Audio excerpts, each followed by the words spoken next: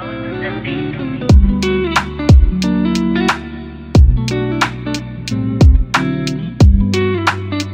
beautiful people of all ages, shapes, and colors, to another episode of the Hit Your Free Throws podcast, where we encourage you to stick to the basics. I'm one of your co-hosts, TV, aka TV on basketball, alongside my co-host Jay, aka the Knockdown Jay. How's it going, my guy? TV is that time. We've been talking about it for weeks now.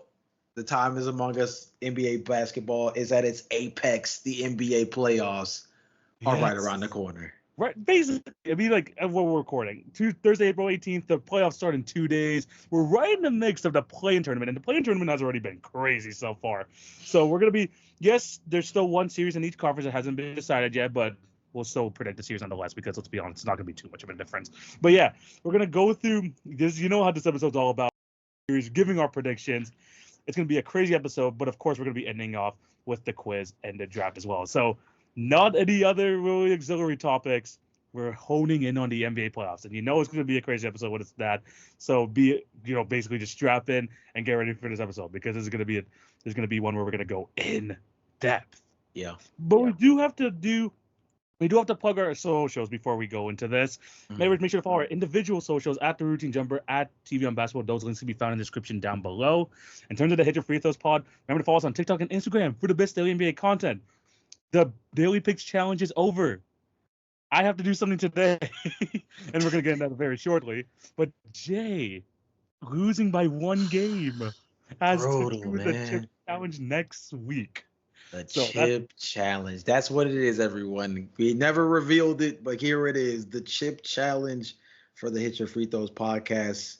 The first time we've had a real set of wages for the daily NBA picks challenge. And it honestly, it lived up to the hype. This was our version of the play-in tournament, and I enjoyed every second of it. It was a great season nonetheless, TV. If you guys didn't know, it came down to the freaking Denver Nuggets and Memphis Grizzlies on the final night of the season. Me and Jay were texting each other. It was like the Grizzlies were putting up a fight like it was Game 7 of the NBA Finals, but the Nuggets pulled through and won by 15 instead of winning by 13. So we were in the clear. Jay has to do that challenge next week. I mean, I still lost March, April, so I have to do something today. But I'm not doing the chip. So we good. But like we mentioned, the Daily NBA Pick Challenge is done. So what are we doing for the TikTok and Instagram? We're talking about the playoffs throughout the entirety. So we have series that we're going to be reviewing. We're going to be talking all playoffs. Those can be found on the daily channel, the TikTok and Instagram. We're not going to leave you guys hanging. That's what we're basically saying. We're not going to leave you guys hanging. So check out that if you want to look for game to game reviews. In terms of the other social media platforms, YouTube, like, share, subscribe, hit the notification bell. There are going to be times where we're going to have 2 episodes a week, so be on the lookout for that as well. We're still going to be doing at least one, but there's going to be times where we do 2, because this NBA playoffs is going to be crazy. So be on the lookout for that. And of course, if you support us on the podcast network, Spotify, and Apple, we really do appreciate it. Subscribe, leave a review. We appreciate all of y'all. Jay, I was going to say, let's get ready to talk the playoffs, but I have to roll up my sleeves really quick because I have to. Hey, you might be still talking about the playoffs, TV. I don't know. Depends on the route you take for this. Depends on which route you decide to go with on this one. So, if you guys remember in the preseason, me and Jay were discussing what's going to happen with our 2 teams. I said that, we honestly, I was looking back at the episode, we both thought we might have a rematch of the play-in last year, like in our predictions that we might have Bulls Raptors again in the play-in tournament. But I did not count for the fact that this might have been one of the most chaotic seasons in Raptors history, to say the very least. And the Chicago Bulls, they are 1 game away, not only from making the playoffs, they have a legitimate chance against the Miami Heat. So I gotta acknowledge the fact that, Jay, you are 100% right. This Bulls team did not just make the play-in, but actually might make the playoffs. This team, think about it this way: you see how the New York Knicks freaking play their guys 40 minutes a game. This is this Chicago Bulls. This starting lineup is getting put through it. But they have been doing so well. Kobe White, we already talked about it. Most improved player this year. DeMar DeRozan, my favorite player of all time. He's going off. Vucevic had a great game yesterday. Ayo Dosunmu is a freaking Iron Man. Came back. missed the last 12 to 14 days. Cam comes back, 19 points in his return. This Chicago Bulls team even shocked me. Zach LaVine is out the lineup. Kobe White basically replaces his production. And with Jimmy Butler out the lineup, they are one game away from going to the NBA playoffs. And I ain't giving them a good ass chance to win this one because there's still no Terry Rozier, still no Duncan Robinson. Your Bulls might actually make the playoffs. And, fantastic season from them. They just, after, going through all of these clutch games, after, all of the shit they had to go through with Zach LaVine, the fact they're in this position, absolutely love to see it. You absolutely love to see it. They are definitely better than my Toronto Raptors. This season, your season compared to us, was an absolute dumpster fire. This Toronto Raptors team had to go through trading away a franchise player for a bag of chips. We went through the highs of highs. Scotty Barnes had a season-ending injury. We had RJ Barrett and Emmanuel quickly away from the team. This is an absolute dumpster fire season for the Toronto Raptors. I can go through so much, and to cap it all off, we had someone betting against our own team. This was I thought the Raptors were a confident organization until I saw this season.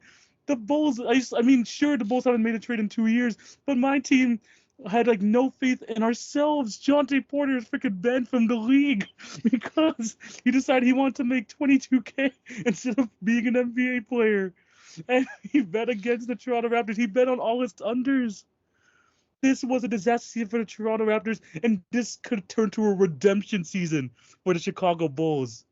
And Jay, you were right.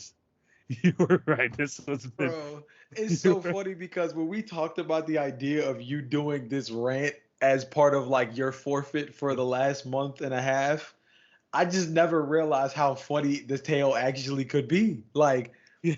Because when you just look at it, the Bulls had every reason to be in the same position. Yeah. Zach LaVine sold out most of the year. Nikola Vucevic instantly showed us that he robbed us. $20 million a year instantaneously showed us he robbed us. DeMar DeRozan, he was in trade negotiations all year. It sounded like there was a chance. Hilariously enough, he was associated with the Miami Heat and the New York Knicks at the NBA trade deadline. Alex Caruso was one of the top guys on the trade market. Me and you were certain that if anybody was getting traded on the Bulls, it was going to be Caruso just because he might have the largest value out of anybody. There was the debates. Is Lonzo coming back? Can he come back? Will he come back? Maybe he'll come back later in the season. Come to find out he's still not ready. There was everything to say that we weren't going to be positioned. Even Andre Drummond, last month of the NBA season, goes crazy, then just so happens to be injured almost right in time for the play-in tournament, and then comes back and plays well at that. Everything lined up where this could have been just equally as much of a disaster season, and somehow we just cut all the corners. You fought through it. Like I said, you're one game away from the playoffs, and you actually have a good chance against this Miami Heat team. Sure, you're facing the Celtics, and whatever happens there. Yeah. But you guys made it. As for the Toronto Raptors, we played the second most players in NBA history. We played 31 different players on our roster this year. We had people like Kobe Simmons. I had to watch Malik Williams play basketball, and it was one of the worst players I've ever seen. We paid Jalen McDaniels $10 million over 2 years, and he is genuinely the worst Raptor I've ever seen in my life. Yeah, Jordan Nwora got way too many minutes. I love me some Javon Freeman Liberty, but this man was starting for a good. was starting at the end of the year. Dude, this is the funniest part too, though. As a Bulls fan, though, and I didn't really clarify this on the TikTok that I recorded today.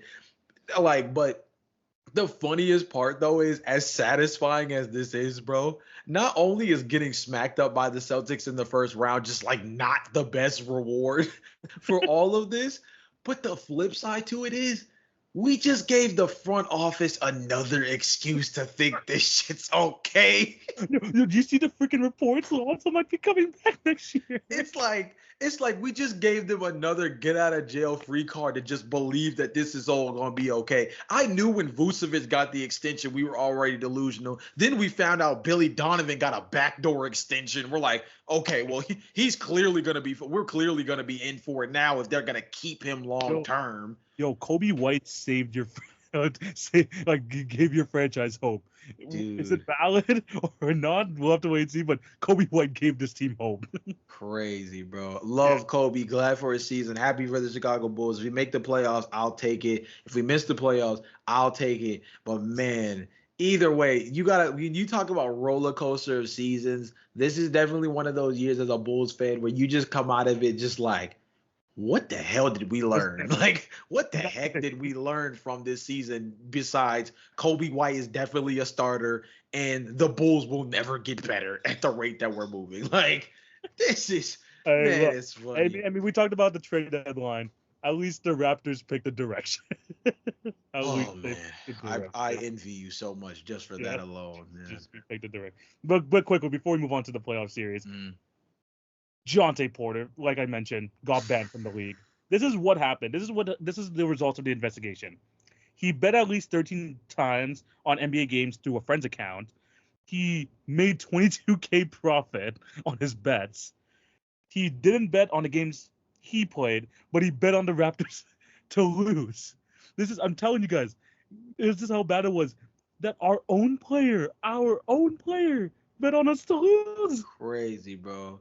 When I saw that, it was the salary to bet comparison. Like when they said he was making $2.9 million a year, basically, and he basically lost it all, and his future in general. Yeah. For $22K, I was just like, man, for a regular person, $22K I get, man. But $2.9 million as a guy who gets to be on a basketball team and not even play. Just right. The dream. Like you basically just have a front row seat to NBA basketball in a way that nobody else has. And you're getting paid basically $2.9 million to do so. And you blew it because what? You were bored because you didn't get on the freaking court? Like, dude, you were on a Toronto Raptors team that TV just said had 31 guys play. You probably would have gotten your chance more often than not eventually. He did too. Yeah, he did play. I mean, yeah, he did, and he did play. Like, you are right. But I think it's just sad, man, that he threw the whole thing away for something so stupid. And I'm not saying Jonte Porter has some crazy potential that's not now going to get unrealized. Because, like, let's be realistic. Memphis, like, lives and dies by player development, and they let him go. Like, you know, he is who he is as a player. But damn, to just blow something so simple like that, like, it just, man, you just hate to see a guy do that. I don't care what skill level he's at. You just hate to see him do that, man. He's an idiot. I'll tell you right now. He's a freaking idiot for freaking throwing away like so many boys and girls' dream of being into NBA professional sports and to throw it all away for stupid betting. Yeah. Get out of here. I mean, like we talked about it when it first happened. If it's what is happening is true, the NBA is going to make an example out of it. And look at that. They absolutely did. They did exactly what they need to do. Now we can move on. And I can't believe this guy was on our roster, bro. Crazy, bro. Just to mix it with already our crazy season. The fact that we have to end it off with a Jonte Porter banning from the league.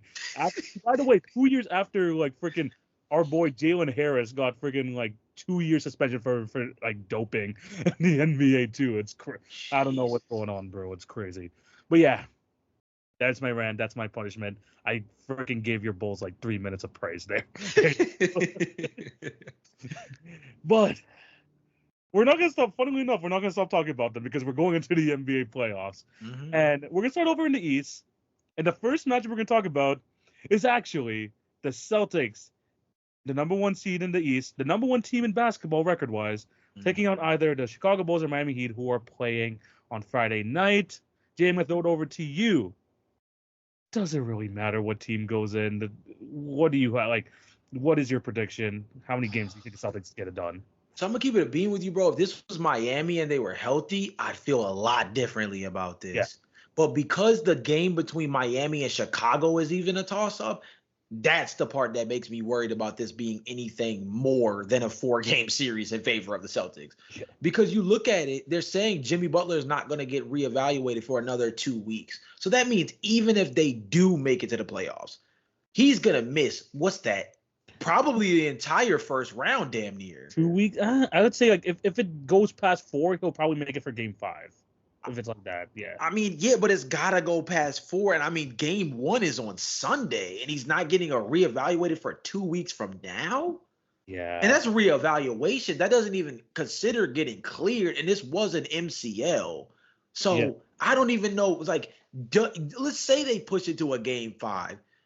Is that what? Let's phrase it this way: is it worth it if you're Jimmy Butler to come back? Even in that situation? Like, I don't know. And then for the Bulls, we lost Alex Caruso in that same game against Atlanta. So now you've lost easily our best perimeter defender.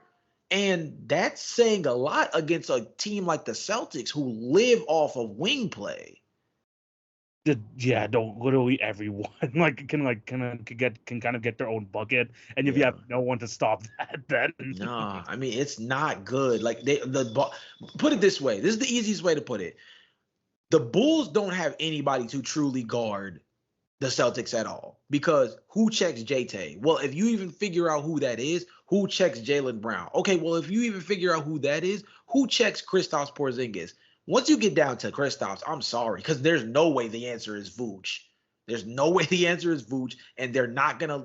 The Bulls cannot be okay with living with bringing Andre Drummond out of the paint to guard Kristaps, which means basically even if JT and Jaylen Brown have a rough series, that means Kristaps Porzingis probably is eating the entire series just based off of matchups alone. And then for Miami, you would say, okay, well, Haywood Highsmith, very good matchup on the perimeter for them.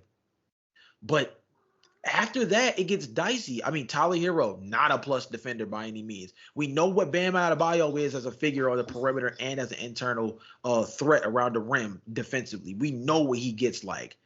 But then, TV, the reverse question is, who gets buckets for this team? oh no, that's my like issue with the Miami Heat. No one's gonna score if Jimmy's not there. There's gonna be like 0 to no offense. There you go. So I put it just as simple as, I think no matter who comes out of this game, it doesn't look good because, like I said, and again, something we didn't even mention when we talk about who gets buckets for this team, we don't know the status of Terry Rozier. Or Duncan Robinson. There you go. And those are two guys. Duncan Robinson, high volume 3-point shooter, real bounce back year after last year. Yeah. Terry Rozier hasn't necessarily found his fitting in Miami, but this would have definitely been the series where he would have been able to come alive. And then you factor in playing against his former team, there's gonna be a little bit of extra motivation to really play at a high level, and we don't even know the status of him. So for the Bulls, it's who guards the Celtics. For the Heat, it's who gives the Celtics buckets. It's a bad matchup regardless, and that pretty much spells to, I'm gonna say that no matter who plays, Celtics in 4. I feel like there's this weird way where the Celtics give up a game because they're usually pretty lackadaisical against teams that they know they're supposed to beat. But I think this is one of those years where, especially with their kind of talent pool, because Drew Holiday hasn't been as great, but I think this is a good time for him to settle in. Derek White hasn't been insane this year, but the fact that he was getting all-star nods for just his overall glue guy ability on both sides of the floor, this is the kind of series against either one of them where defensively alone, he's going to shine. Like, I don't see a flaw in the Celtics game going into the postseason, and damn sure it's not going to get exploited versus these two teams. Oh man, the Celtics have such an easy road to the conference finals if you really think of it. Because even if they okay, I'm gonna give you my prediction quickly. Okay. Celtics in 5 against either one of these teams. Okay, you got 5. Okay, I'm gonna still stick 4. That's cool, but I literally picked 5 just for your reason alone. That the Celtics, there's always gonna be one game where the Celtics just take their foot off the gas pedal, and we see this every year. We see this every single year with the Celtics team, where there's a team that they I swear when they faced your Bulls a couple years ago, where it was like they kind of like let the. Did you? I Oh no, think. that was Milwaukee. That was Milwaukee. That Yeah, was us fighting just to mess around and play Milwaukee in the first. Stole game one, I believe, yeah, and we just never never looked yeah, back. yeah, exactly. But yeah, no, but the Celtics are gonna give up a game just because because of themselves. Let's be honest. It's because it's gonna be about themselves. But they're gonna win 5 and they're gonna win comfortably. But just to like quickly go on to my point, if when they get past this round and they're gonna have to face the Cavs and the Magic, that's again either one of those teams is gonna be baby food for them. Like in the grand scheme of things, in my opinion, there's a clear path to the Eastern Conference Finals. Like they're lucky that like either the Bucks or the Knicks didn't fall to number 4 because it would have been a bit more of a series. But yeah, in this type of series, it's just I mean it's gonna be cool even if the Bulls do end up making it through. Same thing with the Heat. But if the Heat don't have Jimmy Butler, if the Bulls don't have Alex Caruso, it's gonna be tough either way. I think that the Celtics overwhelming talent and just overabundance of offensive talent, especially on the perimeter, they're gonna win in 5. I wouldn't be surprised if it's 4. I feel you. I mean, either way, quick series, 100%. Like series. Yeah, that's going to be probably the easiest one to predict here in the East. Moving on to the second series, we're going to the 2-7 matchup.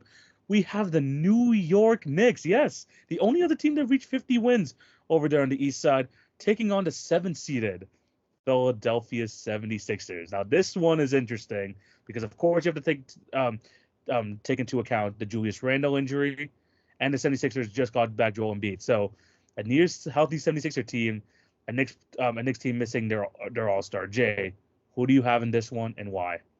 I'm gonna tell you the truth, bro. I think I got the Knicks. I think that the Yes. Knicks, when you look at what Philly has struggled with in the past, whether it's Boston or Miami in the postseason, it's always been the ratcheted up physicality of the opposition.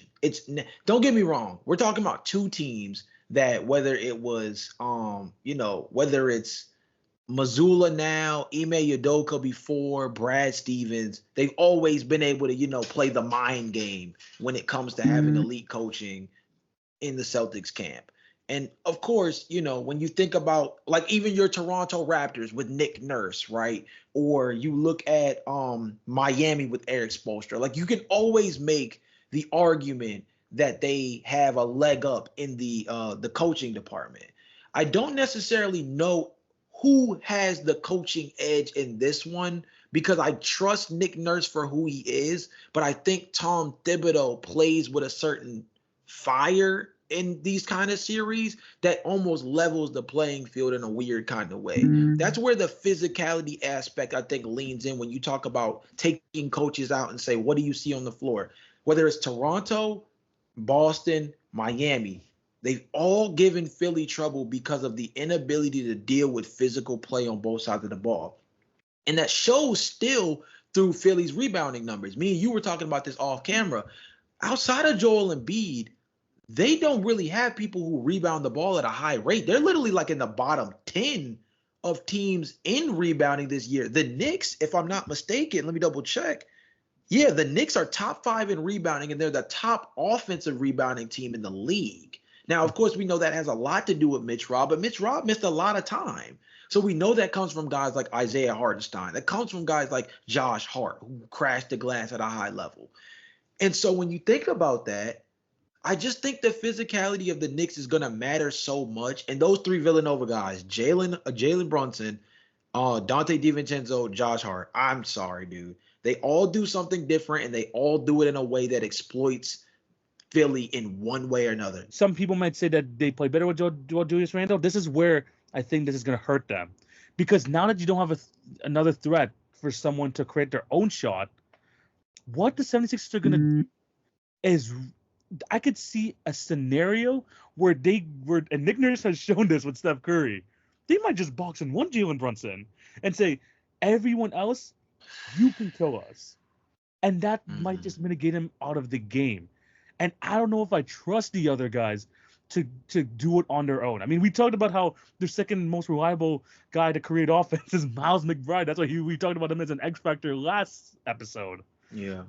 The difference here for between the 76ers and Knicks, You have Joel Embiid, and I know that the Knicks have bodies to throw at him, but this is a series where I see Tyrese Maxey freaking going off, where Embiid is going to be drawing so much attention from the Knicks bigs.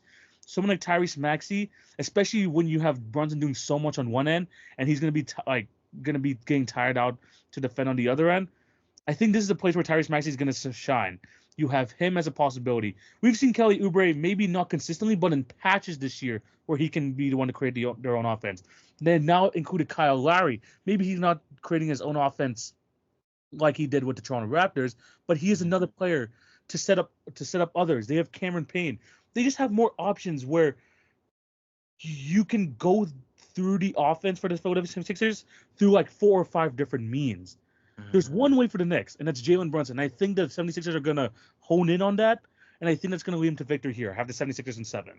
I think you make a really fair point. One of the more notable things that you said the box had won, and it started really like kind of flowing where I'm like, that would be an interesting way to play this when you think about what the Knicks do and specifically how Jalen Brunson thrives. If you look at how Jalen Brunson plays, he is a pounder. He is a guy who definitely likes to hold onto the ball and really process while he has the ball in his hands. It's one of the main reasons why the Knicks are one of the bottom teams. I think they're literally second to last in terms of assists per game. They don't swing the ball around. They don't have a ton of ball movement. It is a lot of Jalen Brunson creates, not a ton of movement around, a lot of actions, a lot of I get ball, I make decision. It's not a whole lot of that. It's a lot of processing. It's a lot of slowing the game down. If I'm not mistaken, yeah, they're 30th in pace, which means they're literally dead last in pace. They're one of the slower teams in the NBA, and it comes down to the fact that they play to the shot clock. Like, this is going to be one of those series, especially for the Knicks,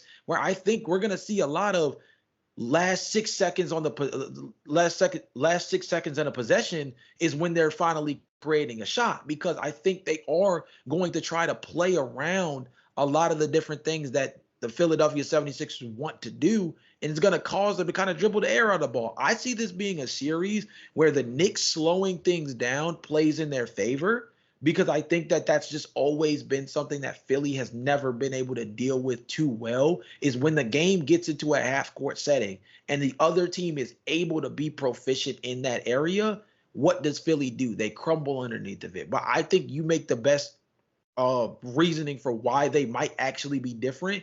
It's Nick Nurse. Every other time we've seen them in this circumstance, they haven't had a coach nearly of this ilk when it comes to being able to deal with adversity. So I think that although the player matchups, I think the player matchups outside of maybe Joel Embiid versus Mitchell Robinson or Joel Embiid versus Isaiah Hartenstein, that's the only net positive I see in favor of Philadelphia from a talent perspective. But everything else, I'd see leaning Knicks. But the X factor that might equalize it all is Nick Nurse. I think he is going to be the guy who actually ends up determining if Philly hangs around in this series like super long, and if they even win the dang thing. He's willing to take chances, and the 76ers have not had a coach who could do that. Let's be honest. They had Brett Brown and Doc Rivers. They're going to stick to what they know. And Nick Nurse is willing to take those chances. I think that's going to, like you said, it's going to be a big difference. I have Philly winning this in 7. Yeah. All right, next series. Probably the most interesting series in the East. We have the Bucks versus Pacers. Caveat, Milwaukee doesn't know when Giannis is playing. And even at this point, we don't even know if Dame's going to be ready for game 1. We talked about this before the pod. We don't even know if he's ready for game 1. The Pacers, on the other hand, we know they're going to be without Benedict Mathurin, but the rest of the team is looking A-okay. Jay, throwing it over to you. Who do you got in this matchup? Dang, we finally got here, and I have to finally answer it. That's crazy. It could go either way, bro. This could go either way. I'm going to be honest with you. This might be the first time I really go against the grain, because I've picked the team that I think is legitimately the favorite both times. I'm going with Indiana. And maybe they're not significant favorites by any means compared to normal, because this might just be all due to the fact that Giannis might not be playing. We don't know what's up with Dame. They're literally going into game 1 favored by 1.5 on the road. So that goes to tell you that this thing really is leaning more in their favor, because they're the road team getting favored points-wise by Vegas in game 1 to kick things off. So maybe it's not as much of a hot take as I'm making it seem, but the Pacers are 7-3 in their last 10 games. Milwaukee is 3-7 in their last 10 games. We don't know what's going on with Giannis. We're not sure about what's going on with Damian Lillard. When you think about offensive generation for this team, Chris Middleton has not been a strong number 3. Brook Lopez has chosen his spots. Malik Beasley has fallen off from 3 as of the last month. We talked about that recently. Yeah. Everything kind of just spells that Indiana is going to be able to get in their bag. Indiana, and the scariest part is both of these teams are top 10 in pace. Who do you trust to win in a game of runs? I trust Indiana more, especially if Giannis is not going to play for at least the first 2 games. So I'm going with Indiana, and because I'm going to leave the chance of Giannis potentially coming back by maybe game 3, I'm going to say Indy wins in 7. Interesting. Yeah. Well, Jay, it may not be as bad of as a pick as you think it is, because I'm also going Pacers 7. Yeah. It's just more of the issue that you're catching the Pacers at a good time where Tyrese Halliburton is finally getting back into his rhythm. He's actually gone a lot better from 3 over the last, in April as he did, the months prior to that, which is good. He's finally getting his back, and he's finally getting a lot more minutes. And with this week rest, I think it's going to be pretty big for him as well. So that's something to look out for. The Milwaukee Bucks were catching them at the worst time possible. They're under 500 in the Doc Rivers era, by the way. Under 500. Yeah. It's bad out there. We don't know the status of Giannis. Like I said, we don't know the status of Damian Lillard. And we were in a space for the Milwaukee Bucks where we didn't even know what their true rotation is at the end of the year. Like, we had AJ Green get some crazy minutes at the end. We had people like what's called Andre Jackson getting some pretty big minutes at the end of the year. We know that Chris Middleton has been in and out with injury. There's just way too many question marks with this Milwaukee Bucks compared to previous years. And the Indiana Pacers, sure, they're not, the greatest defensive team, and things are going to get slowed down in the playoffs. But I don't know how much Milwaukee can slow it down when they don't have Giannis around. It's going to be tough. And then you have the Indiana Pacers with, again, one of the historic offenses in NBA history, with Tyrese Halliburton leading the charge. And something else that the Milwaukee Bucks, I didn't even mention this too, but the freaking Pacers are 4-1 against the Milwaukee Bucks this year. Mm-hmm. And that includes the in-season tournament as well. The Bucks haven't had to face the Pacers yet with Pascal Siakam on the roster. So that's another factor that they don't know about. And we know that Pascal can do well against the Milwaukee Bucks. Just look at the freaking 2019 series. A lot of the Pacers are finally peaking at the right time. They're finally getting things together after a kind of messy last few months because of injuries. And the Bucks are just trending down and down and down. Maybe I'm giving the Bucks too much credit too by putting it to 7, but I'm going to agree with you. Pacers in 7 is my pick. Yeah, and we both are throwing in the caveat that the only reason we think it's 7 is because we think Giannis might come back before this series ends. Yeah. Because I think if he doesn't come back at all, even if Damian Lillard is the sole superstar on this team, I don't think he pushes it 7 games. I think this series could end.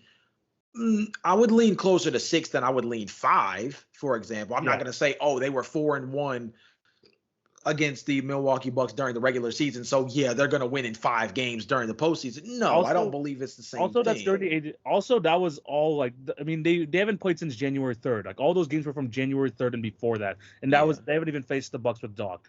Well, they haven't faced the Bucks with Doc, but you made a really strong point again too. Milwaukee hasn't faced Indiana with Pascal. And Pascal Siakam specifically, who guards Pascal in this series? Because Brook Lopez is going to have to pay Miles Turner some mind, especially if Miles Turner is able to step out and shoot the 3 a little bit in this series. So then at that point, we're talking about Pascal Siakam putting the ball on the floor. I don't know who you trust to guard Pascal with Giannis not in the mix.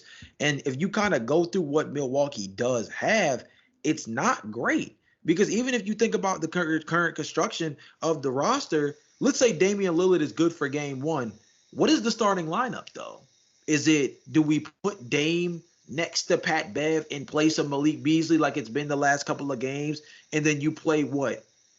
Is that where Jay Crowder gets to start at the 3 for defensive purposes, and then you still keep a Brook Lopez, and then at that point, does Bobby Portis start? Like, there's a whole bunch of things where now they're typical roster construction where Bobby Portis comes off the bench as a 1-2 punch next to Brook Lopez in certain situations. You don't get that threat anymore because now you have to start Bobby to have any form of low post offense. Like, they're put in a position right now where they don't have any continuity or don't have a lot of it.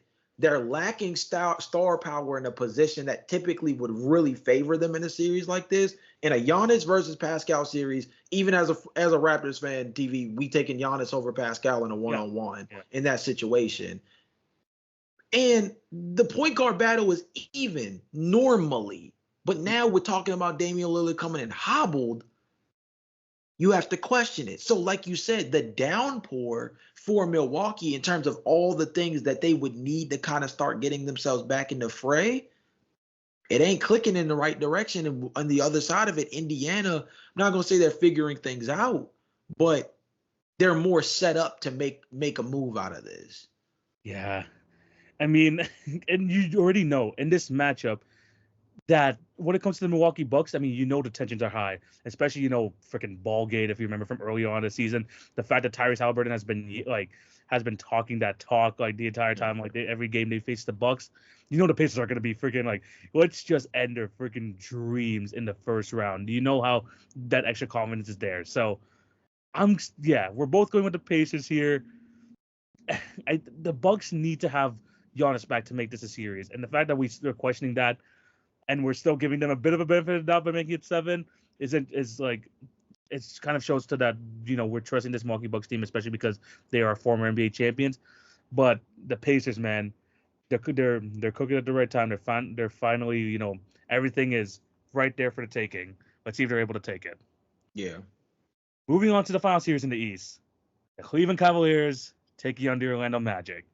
And if y'all didn't know, the Cavaliers did a little bit of messing around in that final game to get into this position because they were up by 18 on the Charlotte Hornets, the worst road team in the NBA. And in the fourth quarter, they didn't play any of their starters. If you watch the game, Tristan Thompson was handling the ball for way more than he should have, and the Hornets came back and beat the Cavs. And people are saying if the Cavs won, they would have been the freaking number 2 seed. People think that they purposely lost that game to avoid the Philadelphia 76ers or Miami Heat, so they decided to take the Orlando Magic. So let's see what the basketball gods think of that when we come to this playoff series. But Jay, I'm gonna throw it over to you. Who do you have in this series and why? So I'm gonna put it this way. I think the Cleveland Cavaliers have to play with the most urgency in this series for reasons that I think we both already understand, considering their roster construction and all the talk around Donovan Mitchell pretty much for the last year and a half. But I am going to take my Orlando Magic to win this series. And I'm going to take them in 6 because I believe that Donovan Mitchell, in terms of what his postseason acumen is, I'm not going to disrespect it. But I really think them trying to position themselves to take on Orlando really is undermining who Orlando is. Because I think a lot of people are worried about what Orlando is going to do offensively. And I think that one of the bigger matchups that is going to be brought up is, of course, going to be Paolo Banchero versus Evan Mobley on the block. And I understand that. And I understand that Franz Wagner has not been shooting the 3 ball relatively well this season. I believe he's more around 20-something% this year or something nasty like that. But he's a career 33% 3-point shooter. It's not great, but I think he can be there. But TV, ever since the Orlando Magic decided to put Jalen Suggs and Gary Harris as the 2 starting guards in the backcourt, they have just been a completely different animal, especially on the defensive end. And they were already one of the nastiest defenses in the league without that kind of adjustment. But now you look at them where you have the perfect defensive pairing to go against Donovan Mitchell and Darius Garland. And then from that point, it's okay, we say who can create offense for Orlando? Well, we say Franz, we say Paolo. Let's look at it from this perspective. If Jalen Suggs and Gary Harris match up well on Donovan Mitchell and Darius Garland, where does Cleveland get their offense from? Because I know for Orlando that they have an insane 1-2 punch with Mo Wagner and Jonathan Isaac that they've been leaning on pretty well as like a combo 6-man. If Mo Isaac could get a 6-man of the year, then they might be cooking with something just because of how well they played as a combo this year. But I'm going to put all of this in perspective by just saying that I think that Orlando is being truly taken out of context for what they possibly can do this postseason. And I think the fact that they're playing with house money makes them that much more dangerous. And I think it's also terrifying that for the first time ever, we can say that we're seeing postseason basketball with Jonathan Isaac in it. I just feel like that combination of things altogether just makes it too crazy. And I think Orlando is going to be a lot better than people think. And I could see this being a series where Jonathan Isaac and Wendell Carter somehow really scare people. Those two people are the people I'm going to pick. Wendell for offensively, Jonathan Isaac defensively, I feel like are going to play a scary role in this series. I'm taking Orlando in 6. That's a long tangent to say I am going to go with the good guys. I've been an Orlando Magic praiser since before the year even started. And I'm going to roll with them to pull off what I think is going to be considered an upset. Interesting. Wow. This is another one we're going to disagree. But I do have it going to distance. I have the Cavs 7. Okay. And my biggest concern with the Orlando Magic is the way they're going to be able to take down the Cavs, to exploit the Cavs at their best, is the perimeter play, right? Because let's be honest, Darius Garland and Donovan Mitchell aren't guarding anything. They rely on the defense of Evan Mobley and Jared Allen. And the thing is, that is where the Orlando Magic live and die from. Paolo getting to the rim. It's going to be tough in a 7-game series for Paolo to consistently try and get shots up over Evan Mobley. And then once you're past Evan Mobley, you got to deal with Jared Allen, who's having a redemption season compared to last year. I'm worried about their offense. But not only just worried about their offense, I'm worried about their three-point shooting. Because the best way to deal with a 2-center lineup is to have a spread offense, try and get these threes off against this team. But you know where the Orlando Magic rank in three-point shooting? Dead last. Yeah, true. Good point. Least amount of three-pointers made per game, tied for 23rd in the league in percentage. I just don't think that's sustainable for a 7-game series, especially because you have to remember that Donovan Mitchell is on the other side of the court. They have their guy who knows who is a 3-level scorer, who can facilitate, who's able to hit the 3 ball, able to attack the rim. I'm not doubting that the Orlando Magic have great defense. They do. I just don't think that they'll be able to score on this keep up scoring with this Cleveland Cavalier team. That's why when you have Donovan Mitchell, who's having, especially before his injury, a career type season, you have Evan Mobley giving you about 17 a game. We've seen Darius Garland in the playoffs turn it up to another level. Hopefully he can bounce back after a kind of shaky regular season. But I think that those options on Cleveland are just too much for the Orlando Magic to handle. And when a lot of their offense is predicated on the fact that they're going to be able to get to the rim with Paolo and Franz, and you're facing against Evan Mobley and Jared Allen, I think it's going to be tough. I do think that they're going to be a shock to the Cavs, but I think that the Donovan Mitchell factor, him being the superstar, knowing how good he could be in postseason play, I think he's going to be the difference maker here, and the perimeter scoring as well. I'm going to get the Cavs in 7. I think just as a last point, my only caveat to all of this, or maybe it's not even a caveat, but I think just an aside when you talk about this, though, is has JB Bickerstaff and that Cavaliers roster learned anything from what happened in the Knicks series? Because, again, I talked about this with Philly, but I think actually the team that should be the most worried about a physical matchup in this first round, at least in the Eastern Conference, is Cleveland. Because you mentioned it beforehand. The Orlando Magic are not predicated off of offense from the perimeter. We understand that they're one of the worst three-point shooting teams in the league. We understand the volume is low. We understand the accuracy is low. Mm-hmm. But they live in the mid-range. They live in the paint. So did the Knicks last year. They were one of the better teams in terms of putting pressure on the rim, and Jalen Brunson was one of the best foul drawers in the NBA. You want to know who's also really good at getting to the rim and drawing fouls at a high rate? Paolo Banchero, who's one of the best as a rookie at doing it. And I wouldn't say necessarily has improved, but definitely has not necessarily fallen off from his ability to get to the line at a high rate.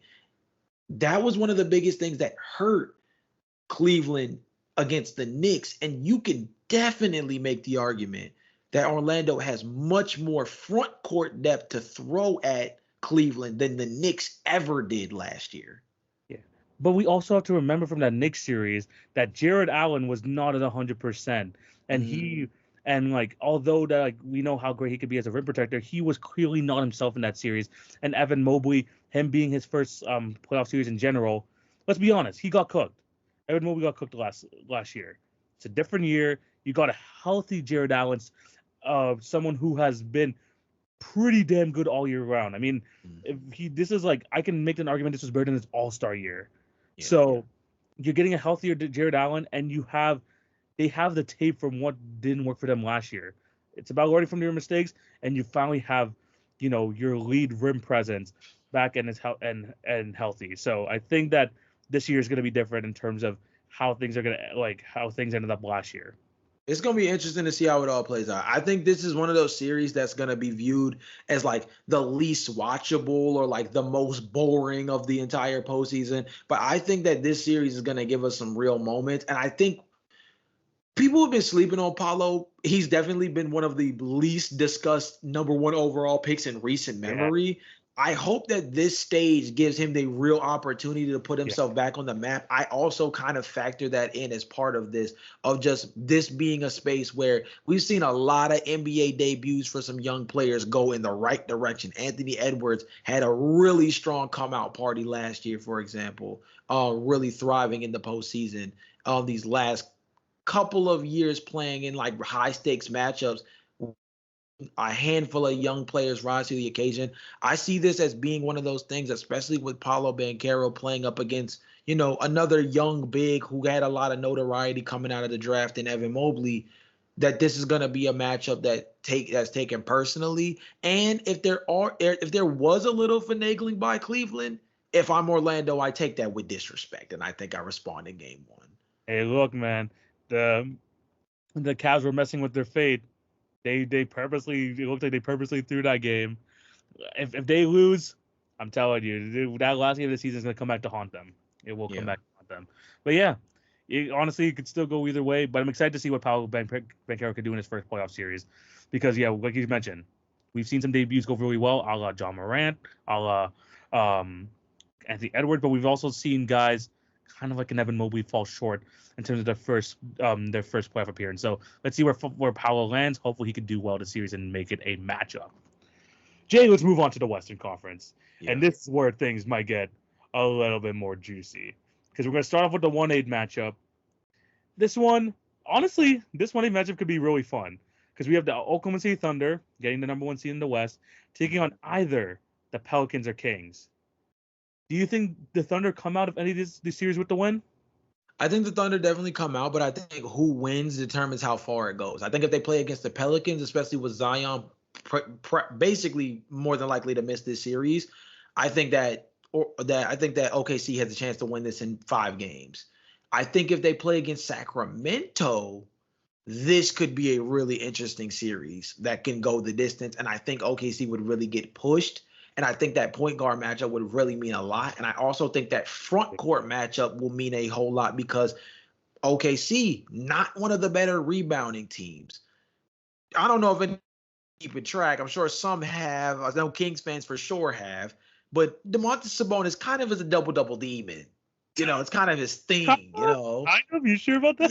Yeah, it's kind of, it's kind of his thing. Like, Yeah. I'm not gonna say he's one of the best rebounders ever, but when you want to talk about being able to walk out of a game with at least double digits on the boards, Domantas Sabonis more times than not is able to get the job done, and so that really creates an equalizer in a really interesting way. Now, I would make an argument. I think OKC has a lot better guys outside of Shea Gilgeous-Alexander to create offensively than what De'Aaron Fox has to create offensively. I love what Keegan Murray has been able to do these last couple of games. We know what Domantas Sabonis does from a rebounding standpoint, but he's wishy-washy as an offensive scorer. Sometimes he gives you 20, and sometimes he just gives you 10.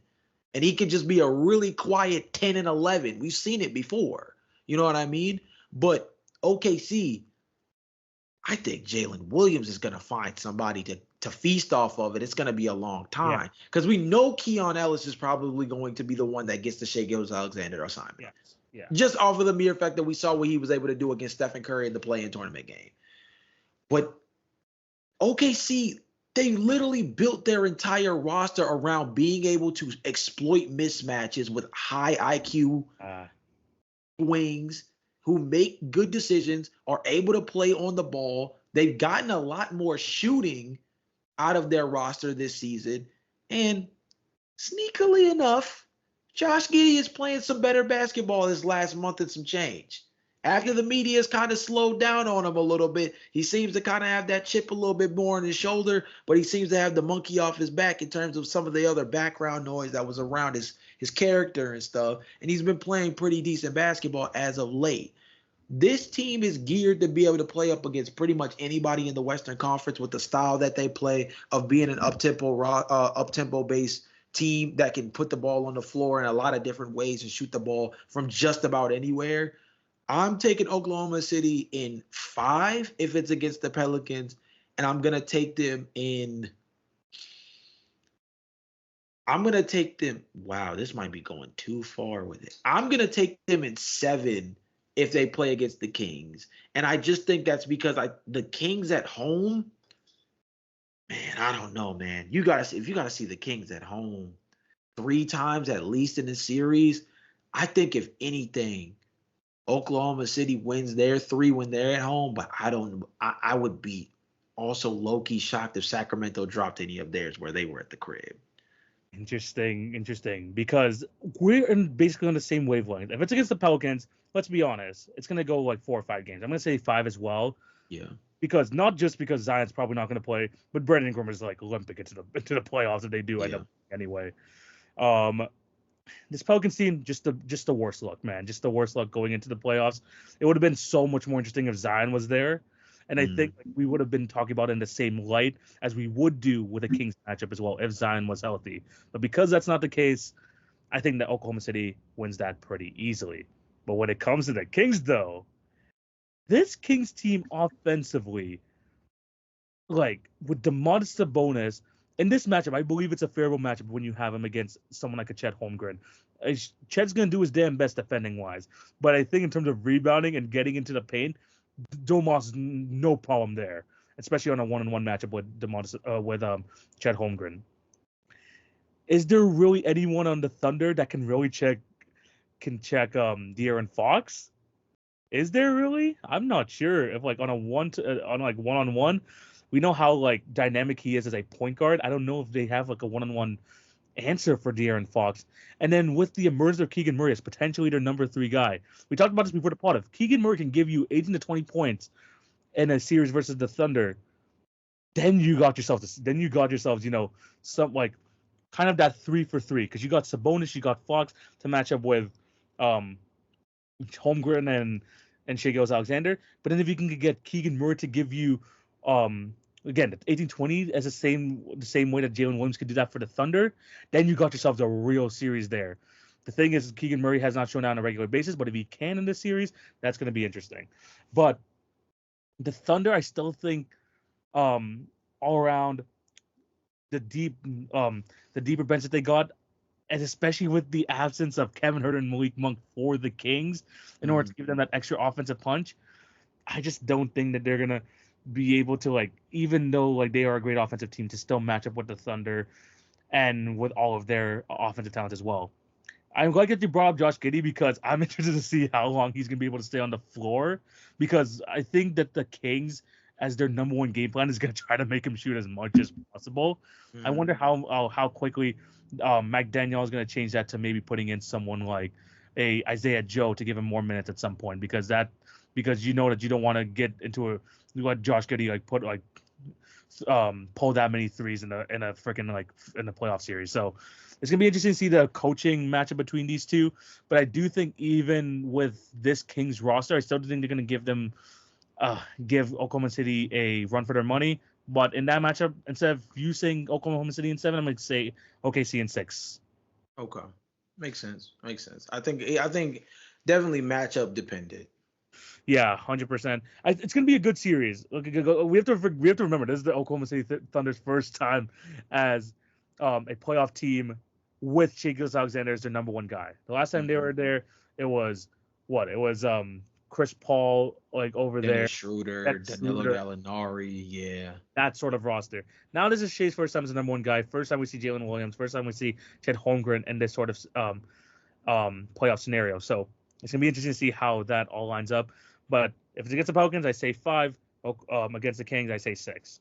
All right, let's move on to the next series.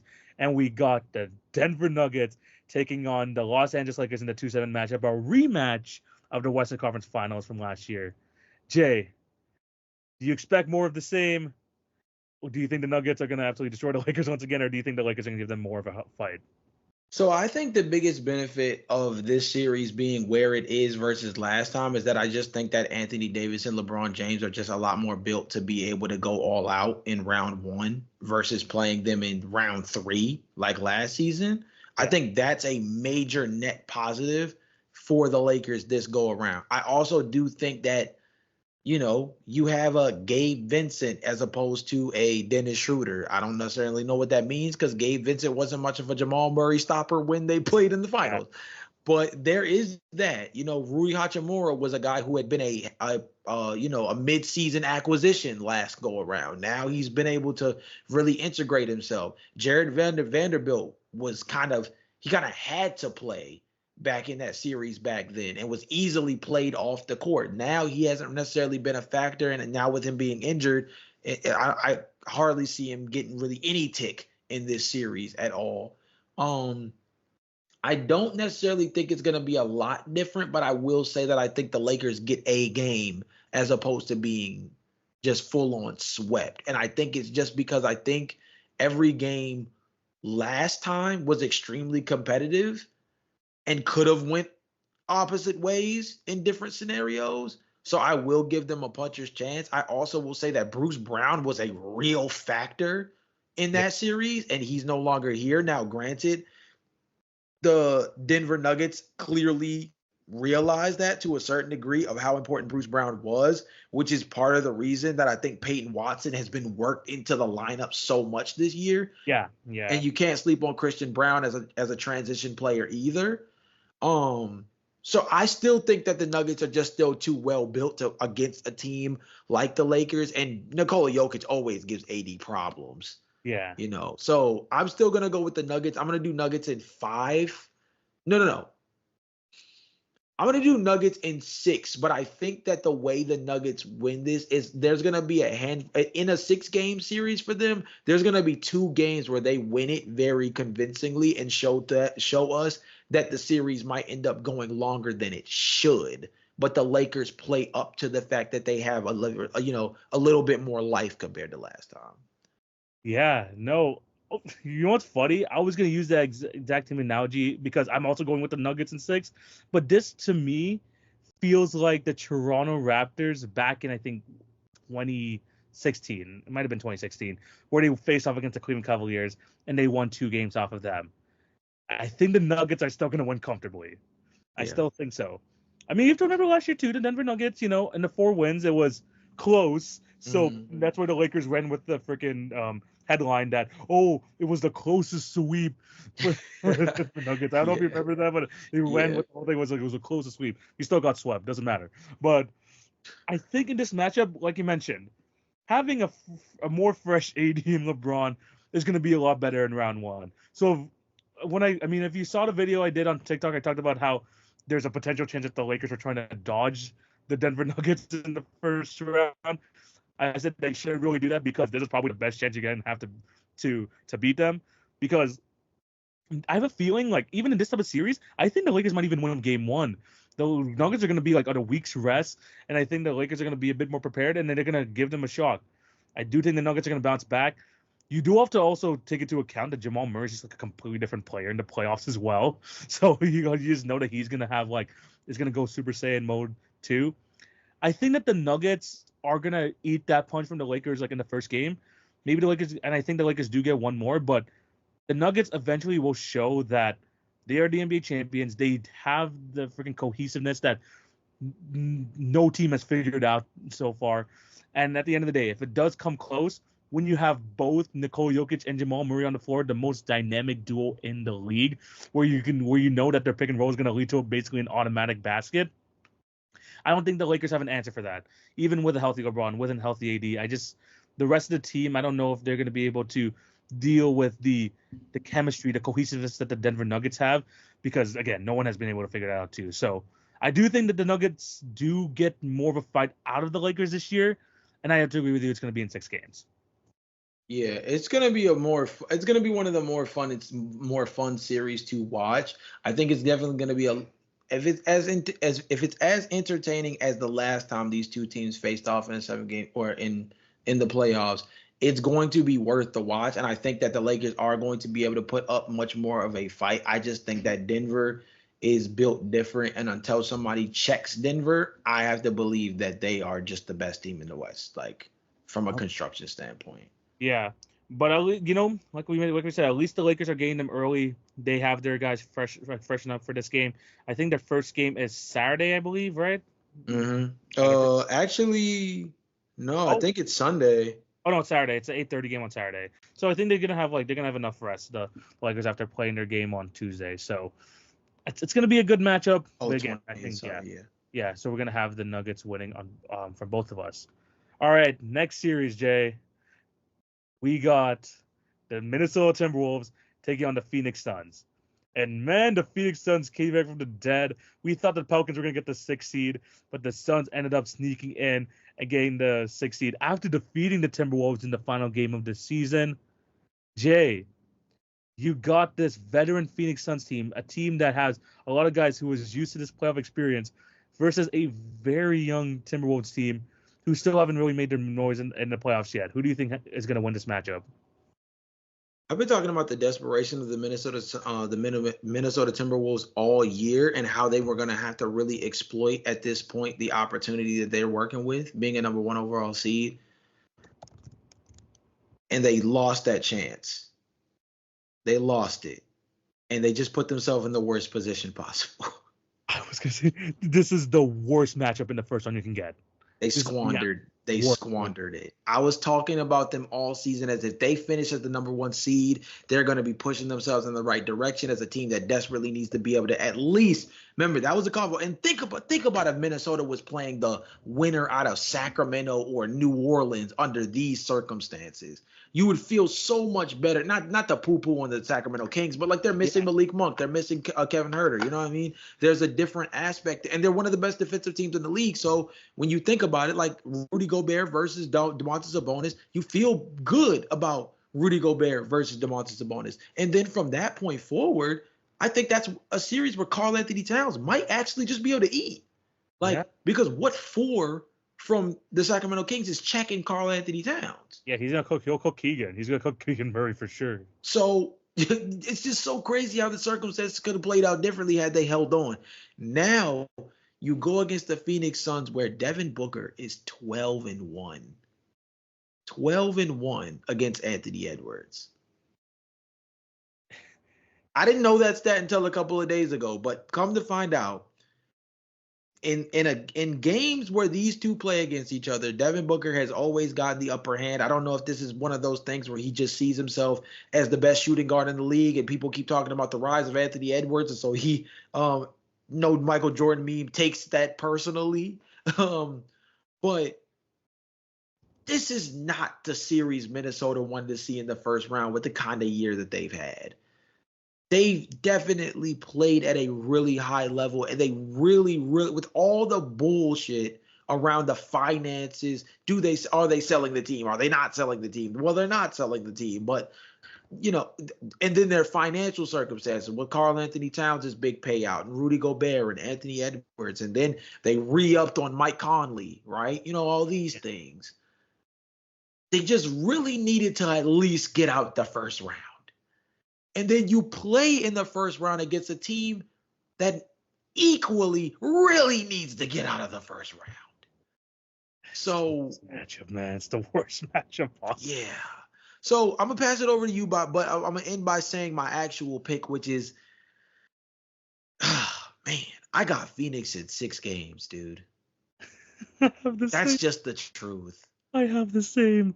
Yeah. Look, man. Anthony Edwards versus the Suns this season is averaging 14 points a game, 6 rebounds, and 3 assists. 14? 14 a game this season against the Suns. Oh, my God. Wow. When he's faced Kevin Durant, he has absolutely shrunk. And this is not what you want to see going into the playoffs. This season, firstly, in the Rudy Gobert era for the Minnesota Timberwolves, they're like 1-7. It's looking rough out here for them.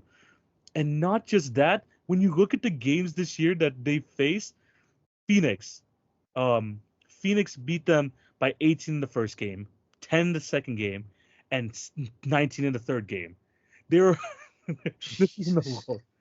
been a bloodbath.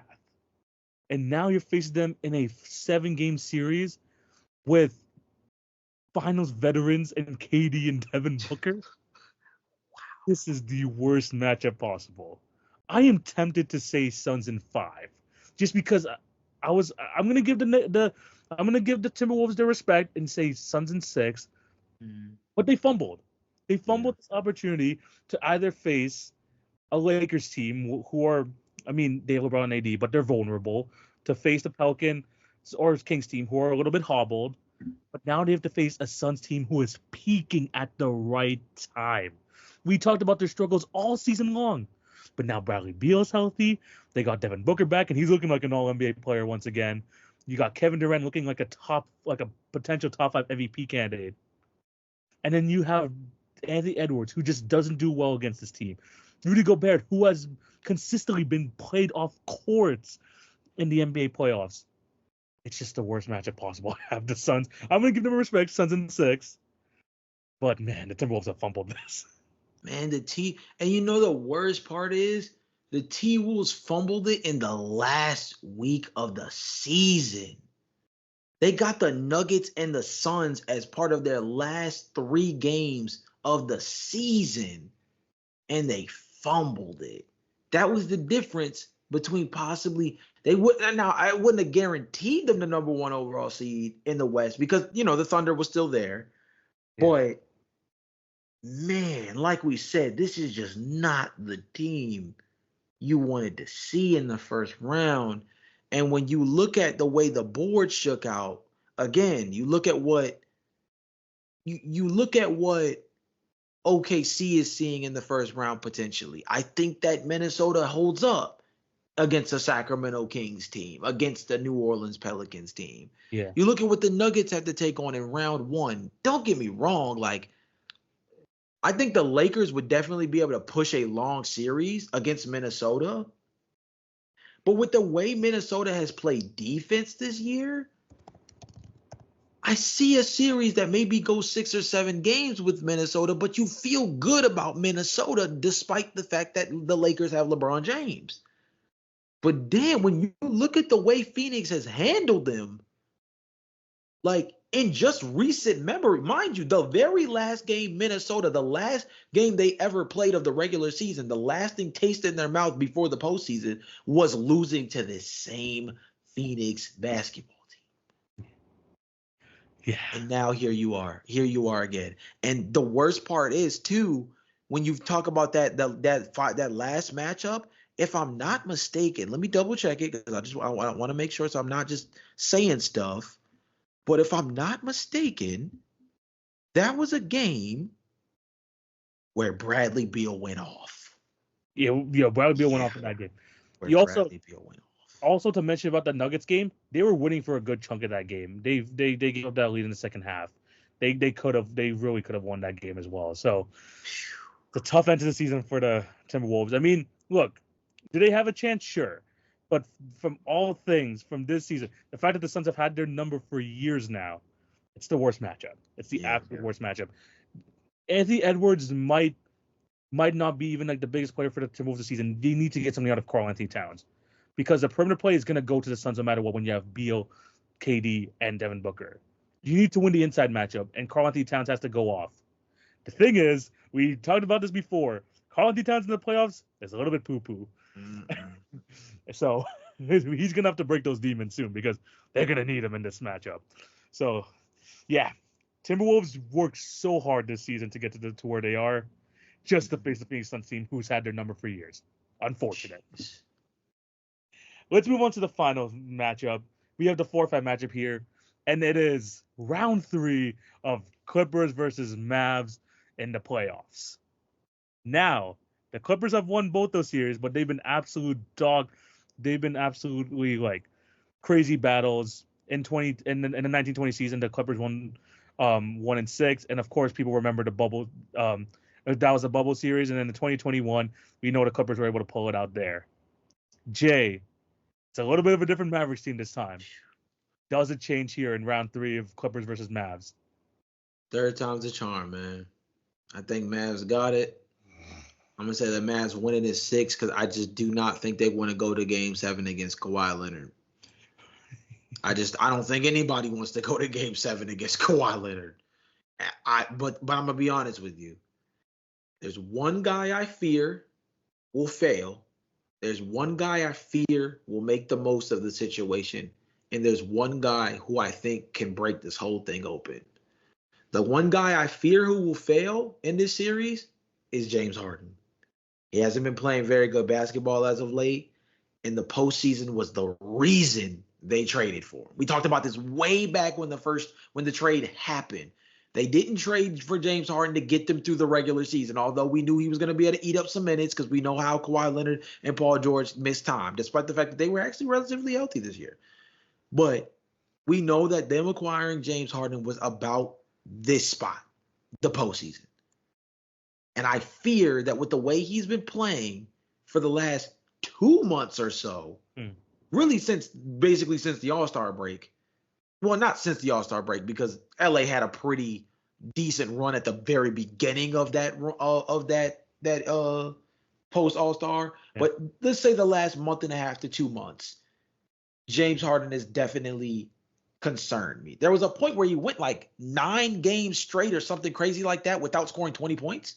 Like it was something insane like that was like just like not privy to like how he plays.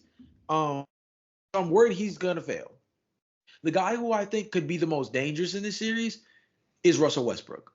The Mavericks, the only time they get out and run is with Kyrie Irving. Otherwise, Luka Doncic, he's always been this way. Doesn't matter if it's Rick Carlisle, doesn't matter if it's Jason Kidd. He's not big in playing in transition. That's where Kyrie Irving gives them a different look because he does push the pace. But Russell Westbrook, he's the guy who really can really create the action of making the Clippers a transition team. And I don't know if the Clippers, with the play style that they have in transition, can thrive there. I don't know how Dallas competes with that. But the guy who I think can break this whole series, the dude who I think can really break this whole thing wide open, is the guy I mentioned before, Abe. Luka Doncic has never had a Kyrie Irving in a series like this. He's never had not even close. And I love Jalen Brunson. I love this fit back at the time when he played with them. I'm a big fan of Kristaps Porzingis. Kristaps Porzingis was never in this kind of position when he was with Dallas. Jalen Brunson was nowhere close to the Jalen Brunson we see now, and definitely not in the class of Kyrie Irving when he was with Dallas. Luka Doncic has never had a secondary ball creator, on-ball creator like Kyrie Irving. And if you want to get even more technical about it, we've joked about it a lot. Shout out to the trade deadline because the bigs they picked up are filling a spot that was much The needed. Clippers can't take advantage of Dwight Powell anymore. Nope. Maxi Kleber and Dwight Powell were punching bags the Yeah. last time the last two times these teams faced off in the playoffs. Now, Daniel Gafford, PJ Washington, Derek Lively. Derek Lively changes the math completely. And what you said there about Kyrie Irving is the reason why I have the Mavs in 7. Because you don't want to go to game 7 with Kawhi, but we know what we can see from a game 7. And That's a good call. That's a good call. so when it comes down to it, Luka Doncic said this like after the final game. How do you feel about facing the Clippers now? This is your 3rd time. He's like, well, what does it? They asked him, what's the difference now? Well, I didn't have Kyrie.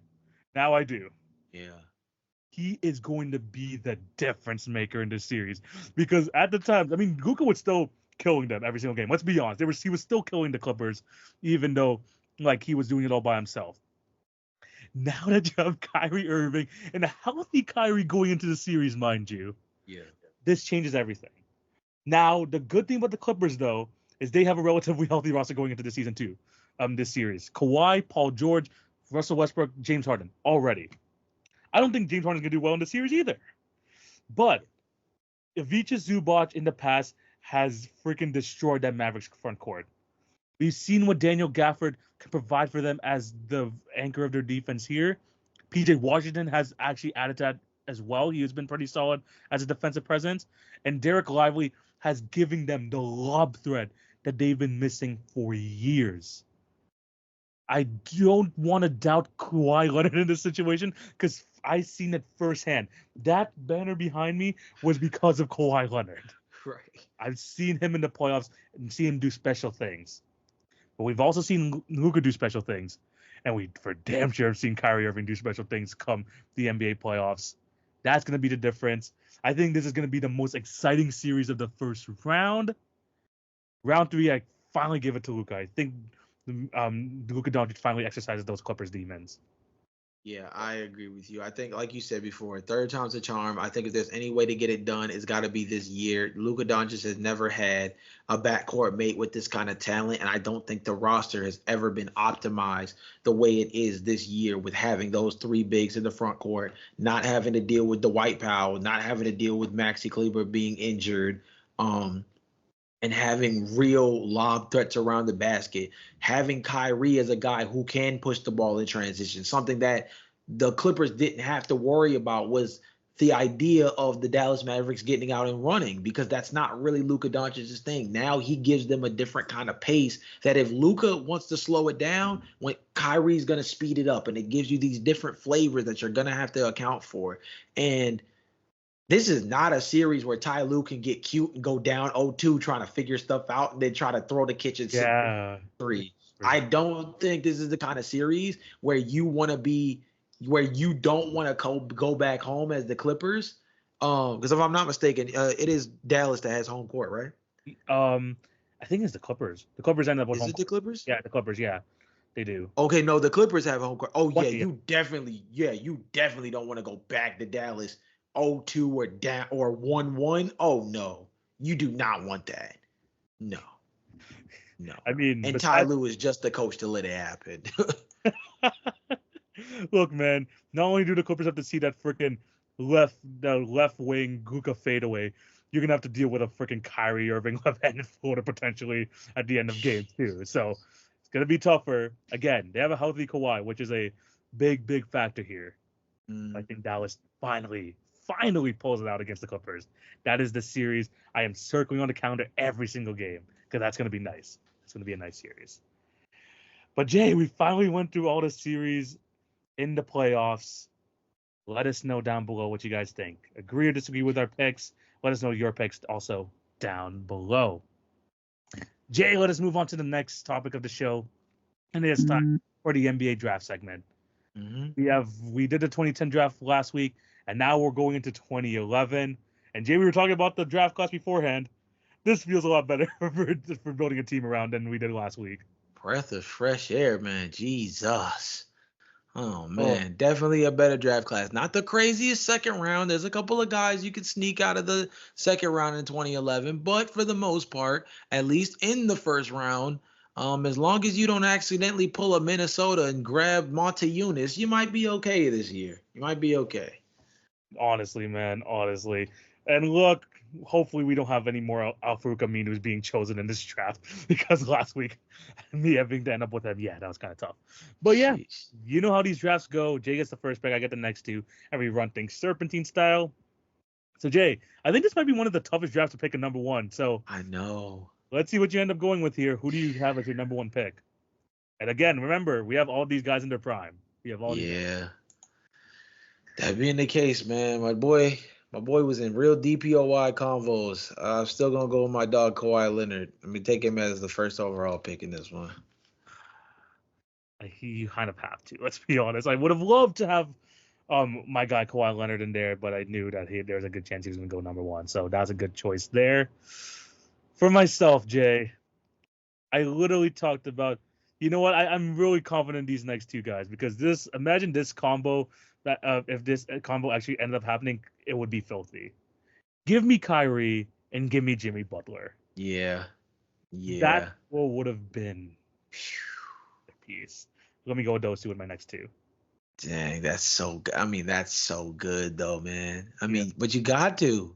you You got. have to, man. Like that's the combo right there. Yeah. That's the combo right there. It's like you can't be upset with it. Let me get man, we're gonna get a lot of wing play because I mean guard is okay, but Yeah. let me see. Let me get the man still scored 61 on three dribbles. Let me get Klay Thompson. Of course, I had a feeling. Look, again, guys, remember we're not talking. I know he just went 0 for 10, but we're going with like Yeah. pre-pandemic Clay. Let's be honest, pre-pandemic Clay was monster. Yeah. And then oh man, oh man, oh man. Okay, so we got Clay, we got Kawhi, and then let me get oh, man, this is tough, but I feel like I just going the wrong way. Let me just get him out the way so I don't mess it up. I'm gonna go ahead and get Kimba. I was gonna say, Yeah, I'm gonna go Kemba ahead. just kind of fits in like perfectly in your lineup right there. Yeah. Okay, those are nice two picks. Those are nice two picks. All right, I got next. I'm gonna go with a guy. Yeah, I'm gonna leave. I'm gonna leave you one of your boys. It's okay. I'm gonna. I'll leave you one of them. I'm gonna go with someone who. It's actually tough. There's some good players here. It's just like, how do I want to fit them into a team? Yeah. But what That's the part. That's that the is the part right that there. is the part. I'm actually gonna go. He's just Mr. Consistent. I know the the contract doesn't match the production at all times, but he's always going to be a solid number three. Jimmy Butler, you're going to have to play with him once again. Let me go with Tobias Harris. Oh God. I'm going to go with Tobias. I just think he just provides me with a bit more spacing on the floor.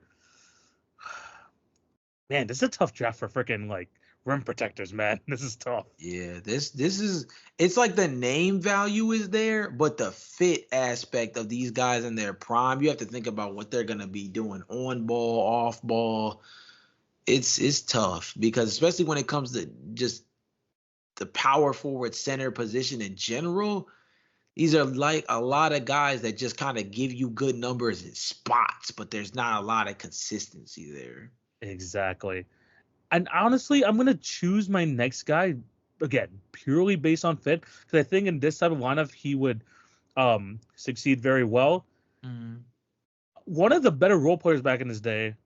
Give me Iman Shumpert Damn and it. Shumpert at the two. I like him. Like I mean, good catch and shoot guy, athletic as all hell. I think him beside Kyrie Irving and Jimmy Butler should be a pretty good perimeter. Should give us good perimeter plays. I'm gonna go with Iman. Yeah, that was literally the guy. I was gonna put him next to Kimba because I felt like defensively that would be like the way to make up for him. You know what I mean? Yeah. Um, That's a man. If anything, even if that doesn't fit for your team, that's just a good steal. If anything, though, Yeah. that's a really good steal, though. So here's what I'm gonna do. Oh man, oh man. Who is taller? Who is taller? Let me see something real quick. Bojan is six Yeah. seven, and then I mean, look, man, we said before the draft, there's some damn good Kawhi. there's like some good players here with some like long NBA careers. It's just when you're trying to fit them into a team, it's kind of tough. Yeah, I'm gonna just go with it this way. I'm gonna go ahead and slide Kawhi to the 4. Let me get Bojan as a 3 for me real quick. Yeah. And I'm gonna slide Kawhi Leonard at the 4 because he's the guy with the DPOIs, man. So you know Yeah. what I mean. If anybody has to play the 4, I think he's flexible to be able to do it. He's just so freaking strong. Yeah. And then you throw in the fact that he has so much defensive versatility. I feel like that's safety, so it's not too bad. Then this center position is where it's just like, what do you do? You know what? I know exactly what you do. I have enough spacing that I'm gonna bite the bullet. We're gonna take my boy. We're gonna I get was gonna Nikola say, Vucevic. I was gonna make you, I was gonna make you make the decision. Yeah. Yeah, So it's one of those things where I was definitely debating around maybe getting Jonas Valanciunas for a hot little second, but I just think that I have enough spacing, which is something Nikola Vucevic didn't even have when he was playing with Orlando, which was his max version of himself. I think we have enough spacing on this team where Nikola Vucevic can work inside, and we have enough 3-point shooting and stuff around him where I'm willing to be able to live with that. And back when he was Orlando, he was kind of a double-double machine. He was kind of like DeMontis Sabonis before Sabonis started doing some of this stuff. Just yeah, maybe not as like gaudy stats, but he was a pretty good 20 and 10 guy consistently yeah, no, for before sure. getting traded to the Bulls, where he decided he wanted to fall off for some reason. Yeah, for sure. But yeah, no, that's a good pick. And I wanted both of us to get our guys because you got your guy in Vucevic from the Bulls, and I can finally get my Raptor center here. I'm gonna run with Jonas Valanciunas to run the 5. Not the best defensively, but I got Iman Shumpert and Jimmy Butler to kind of cover up for that.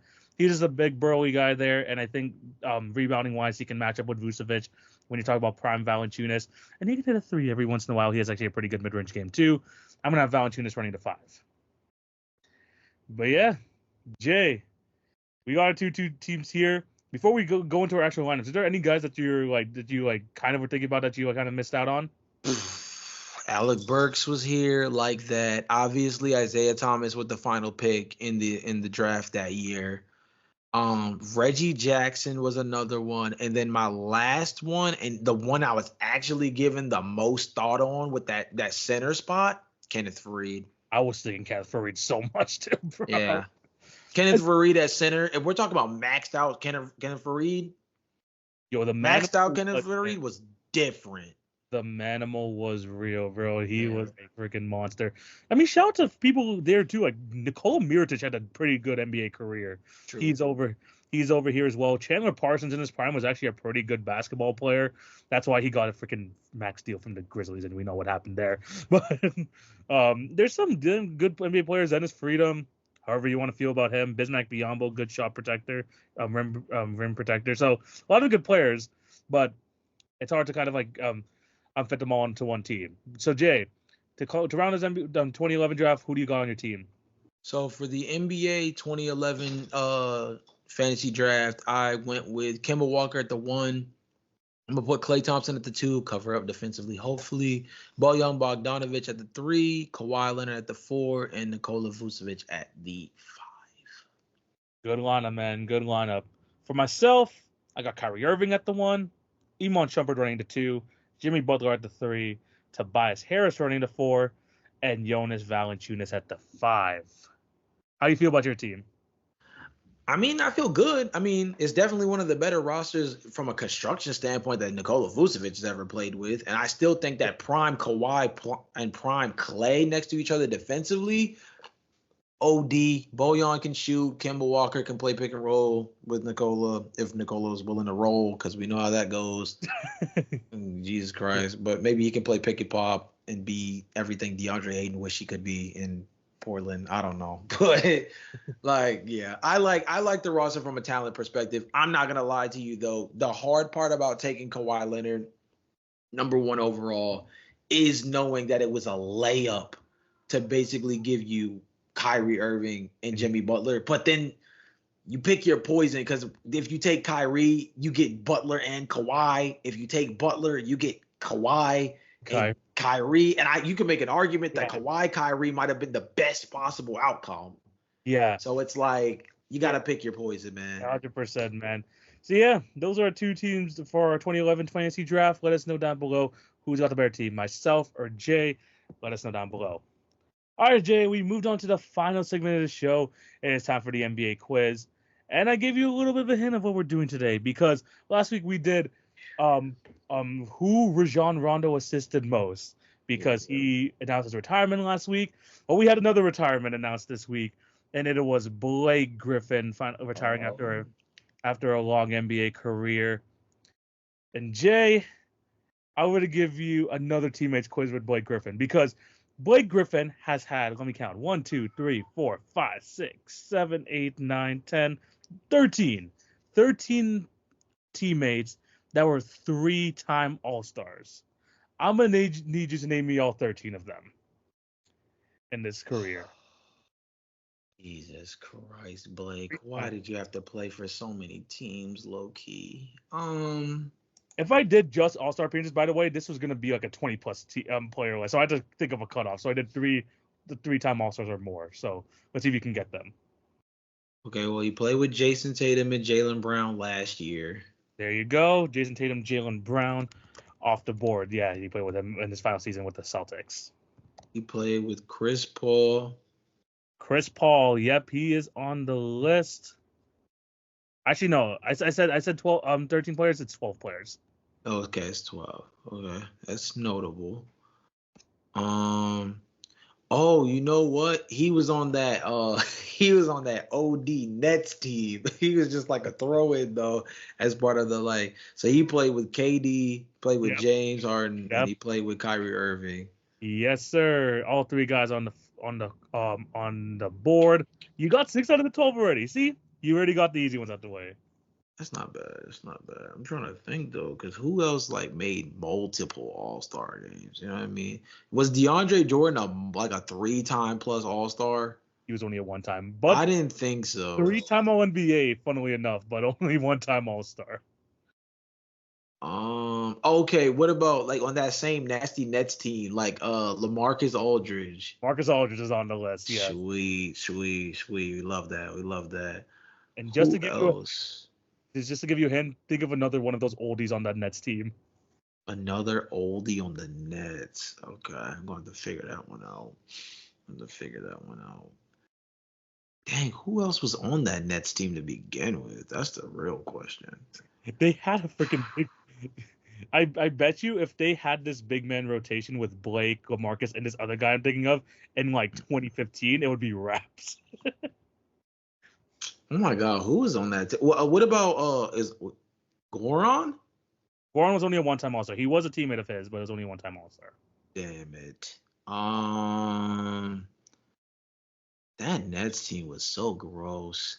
Let me think of another Clippers guy, because that's what was Chauncey more than one? That was crazy. I thought that was gonna be one of the harder ones. He is on the list. He was. Oh no, I definitely remember. Oh, I remember Chauncey Billups because I used to put Chris Paul and Chauncey Billups together on that 2011 team. Come on now. Yeah, there you go. Yeah, Chauncey Love Billups. That. Love some Chauncey Billups on old 2K games. Love that. See how much you got left. You got 1, 2, 3, 4. 4 players left. Damn it. I still didn't get the Nets guy though, right? Yeah. You got someone who played with him on the Nets. You got someone who played with him on the Celtics. Someone who played with him on the Pistons, and someone who played with him on the Clippers. Literally each of his spots. You said 2015, and that seems so specific. You said if this Nets team had these guys back in 2015 as the Clippers as the Nets rotation in the front court, this would be an OD. So I'm trying to think 2015 is so specific. It's so specific in terms of that era. Maybe not 2015 specifically, but that mid 2010s era this guy was. Let Underrated too. I'll say he's a bit of an underrated guy at the front court position. me go back to that Clippers team. Who the hell was on that team? Oh wait, didn't he play with Paul Pierce for like a nasty second? They don't like you like Kobe, bro. They don't like. Yeah, it was his last year or something like that, right? Yeah. Or no. Or did he play with Washington before he was done? No. He did. The Clippers was his last It team. was Clippers last, right? Yeah, they don't love you like that. It was his retirement. Yeah. So yeah. Now you're missing 3 guys. 3 more What guys. the? Okay, I was a snipe though. I'm happy with that one because I'm not gonna lie. Honestly, That was Paul Pierce and Billups were like the ones I thought you were gonna like have a little bit of trouble because it was like, of course, guys at the end of their careers, but you ended up having them. Nice job. love But the yeah, Billups one. That's dope. That's dope. it's a snipe and a half. Yeah. He played with Jeremy, but Jeremy is not a 2. I think he's only 1 or 2. Who? Jeremy Grant. Oh no, he never made an All-Star team. He never did. Oh yeah, no, that was just that year with the Pistons where he was playing like he lost his mind. Yeah. So like one guy he played with on the Pistons, you still are missing the Nets guy, and then one guy from the Celtics. How many All-Stars did Al Horford make? He made like 4, so he made it on the list. Oh, okay, cool. Yeah, I was trying to think of who was on that like Celtics team last year. The minute you said I still had a Celtics guy left. Yeah, so Al Horford is also on the list. How many am I missing? 2? 2 more. So one guy he played with on the Pistons, one guy he played with on the Nets. Oh, pissed. Wait. Actually, wait. I think you might. I don't know. I have a feeling you have the right day. If I got it wrong, I would be disgraceful. It's D Rose, ain't it? It's D Rose. Yeah. He just makes the cutoff 3-time NBA All-Star. I was gonna say that would be disrespectful if I missed that one of all ones. Who was on that Nets team? Front court player if it was 2014, 2015. He has a close relation to someone else that you named on this list. He was cooked. It's Paul Millsap. He was cooked. The only reason why I realized what you were saying because it's Paul Millsap and Al Horford, right? Yeah. Oh my God. When he got to the Nets, he was fried though. He was not. Absolute. You were talking about earlier. You're talking about baby food. Oh my God. Paul Millsap was. Oh my goodness. The thing is too, right? He's like an undersized 4, but he was still like a damn good defender for like a front court guy in the league when he was with the Atlanta Hawks. Like he was an underrated defender. Like he was a pretty good player. But when he was with the Nets, man, that guy was he was nowhere close to what he used to. I was gonna say because I mean if we were doing a draft of where we could get Paul Millsap in it, right? Like Paul Millsap plus Al Jefferson was demon with Utah. Utah, yeah. Oh my God, was demon. But by the time he got to the Nets, boy, oh my God, my boy was freshly sautéed coming into that season. Good God, man. What you got to admit? A LaMarcus Aldridge, Blake Griffin, Paul Millsap. No, true. In 2015, somebody would have thought you rigged the system. Somebody thought you was just playing 2K from the house. Yeah, exactly. Good God. That would have been the mid-rangers just alone would have just been dog water. Like, oh my gosh. Pick your poison. Right side, left side, or get dunked on the face. Like, Jesus Christ. He's had a good amount of teammates. Happy retirement, Blake Griffin. Before we move out of here, though, Jay, Hall of Famer, yes or no? I'll put you on the spot.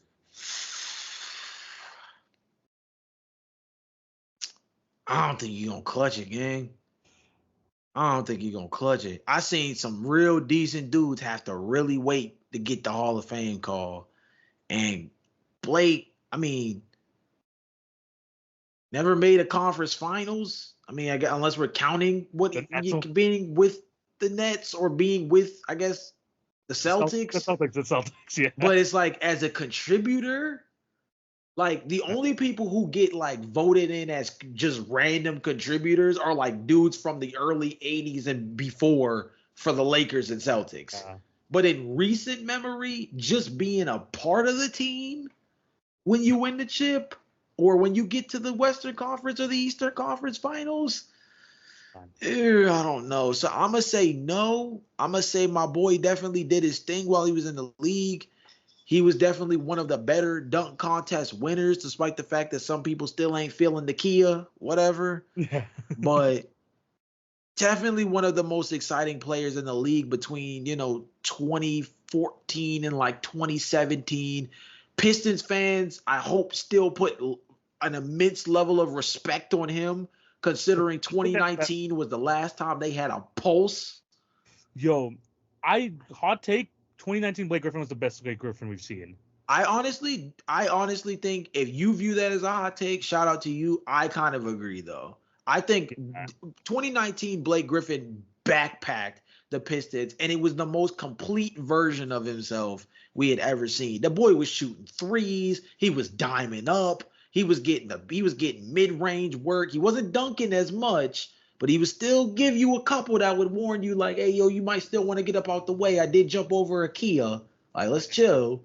You know what I mean? So yeah, 2019 Blake Griffin though, I agree. I think if that's a hot take, then I agree, because I think 2019 Blake Griffin actually needs some more respect, because I think the Pistons would definitely love a little bit more what they had in 2019 than whatever the hell they got going on right now. It's unfortunate, man. I mean, like they didn't even have him in the playoffs. That's how tough it was. Like they absolutely got destroyed in the playoffs. But yeah. Blake Griffin, man, happy retirement, damn good career. Was freaking like a highlight reel for us growing up. So one of the best guys to watch. So happy retirement to you, Blake. But yeah, that's the quiz for today. Let us know down below what other quizzes you want to see, and be on the lookout for like a lot more different quizzes, especially when it comes to the playoffs coming soon to a podcast near you. Jay, we have reached another end of another fantastic episode. Thank you guys for watching. What do you have to tell these beautiful people before we sign out? Playoffs are here. We've been teasing this the whole time. It's not like we didn't know, but we finally here. Like TV said before the podcast started up, we're going to be trying to go maybe not super in-depth on every series, but we're going to give you reactions to every single game of every single series daily.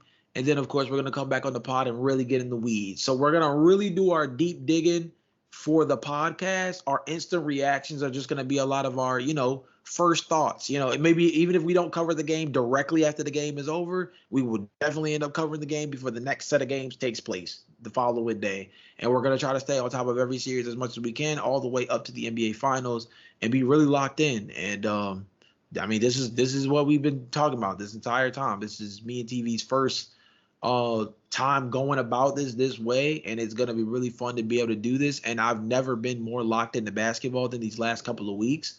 Me and TV had literally like an hour-long convo that was just talking ball before the cameras turned on. Might need to start recording those, by the way, just as like some behind-the-scenes stuff for you guys, because we get into some real different shenanigans when it comes to basketball off pod. But this is what we play for, so to speak, and we're finally here, and this might be the most exciting playoff set of games we've seen in a minute. Like this is gonna be crazy. 100%. You're gonna be able to follow along through all of it, watching the Hit Your Free Throws pod. We're gonna be giving you an episode a week. We're gonna be following along with all the storylines, and you don't want to miss any of that. Yeah. So be on the lookout, man. And of course, next week too, Jay's punishment. So you don't want to miss that one out too. That's what interesting. That's gonna be a damn good ending to an episode. So yeah, thank you guys for watching. Hope you have a fantastic day. Remember to check out all our individual links down below, all the podcast stuff, YouTube, the podcast networks, TikTok, and Instagram, all that good stuff. But yeah, this is the end of an episode. Thank you guys for watching. Hope you have a fantastic day. Take it easy, guys. Peace.